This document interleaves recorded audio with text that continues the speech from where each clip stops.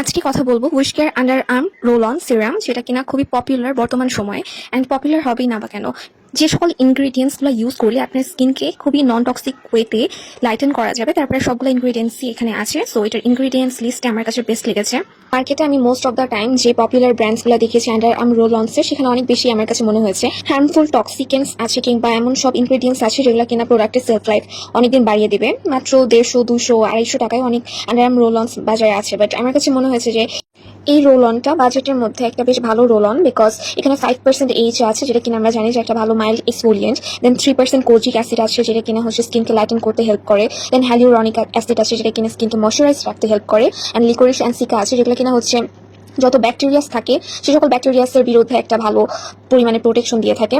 একটা বিষয় একটু হ্যাসেল লেগেছে যে এটা টেক্সচারটা খুবই ওয়াটারি। সো আপনি যদি বেশি পরিমাণে অ্যাপ্লাই করে ফেলেন, আপনার কাপড় চোপড়ও ভিজে যেতে পারে। সো এটা হচ্ছে আপনার শুকাতে একটু টাইম লাগে, অ্যান্ড অল্প পরিমাণে অ্যাপ্লাই করলেই হচ্ছে ভালো। অবশ্য সেই জন্যই 50 ml এর এই একটা রোল অন দিয়ে আপনি ইজিলি 4 থেকে 5 মাস ব্যবহার করতে পারবেন।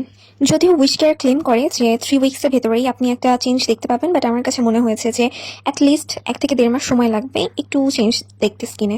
কিন্তু একই সাথে আপনাকে আপনার আন্ডার আর্মস হচ্ছে টাইম টু টাইম এক্সফোলিয়েট করতে হবে, ময়শ্চারাইজ রাখতে হবে, তাহলেই হচ্ছে আপনি একটা ভালো ফলাফল দেখতে পারবেন। ভালো লেগেছে বলি বর্তমানে আমি আমার সেকেন্ড বোতলে আছি এবং প্রথমটা শেষ হয়ে গিয়েছে। আপনি যদি পারফিউম বা বডি মিস্ট ইউজ না করতে চান, এটা ভালো আন্ডার আর্ম রোল অন কিন্তু আপনার সেভিয়ার হতে পারে। আমার বিজনেসে এটাই লাস্ট পিস ছিল যেটা আমি ব্যবহার করে ফেলেছি, অ্যান্ড এটা পপুলারিটি আসলেই জাস্টিফাইড।